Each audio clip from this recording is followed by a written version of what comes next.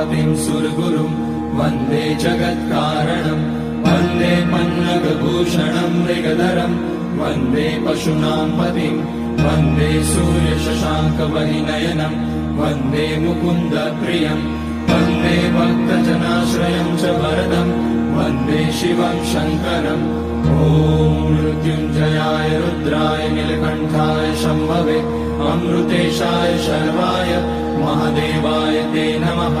नमस्तेऽस्तु भगवन् विश्वेश्वराय महादेवाय त्र्यम्बकाय त्रिपुरान्तकाय त्रिकाग्निकालाय कालाग्निरुद्राय नीलकण्ठाय मृत्युञ्जयाय सर्वेश्वराय सदाशिवाय श्रीमान् महादेवाय नमः।